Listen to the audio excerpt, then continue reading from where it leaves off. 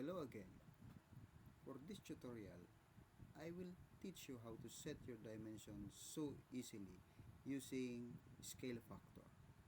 Let's try to have a dimension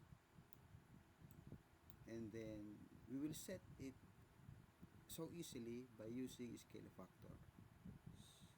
For this example, I will make a dimension of this part of the floor plan, and then if you can see, the dimension is cannot visible. To solve that problem, we will use scale factor to do it. The first step is go to annotate and then make sure that the present dimension style is ISO 25, and then you click the arrow here.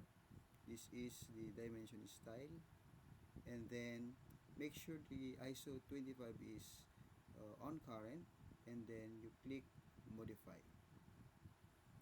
On the text, make the offset from dimension here 1, and then go to primary units. You change the precision here into 0, and then the round up into 0, and change the decimal separator into period. And lastly, you go to fit, and then use over scale of, you just change that into 40, then okay, automatically your dimension is already corrected.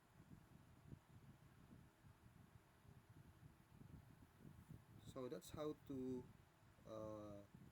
change your dimension, to correct your dimension using scale factor. Thank you very much for watching this video.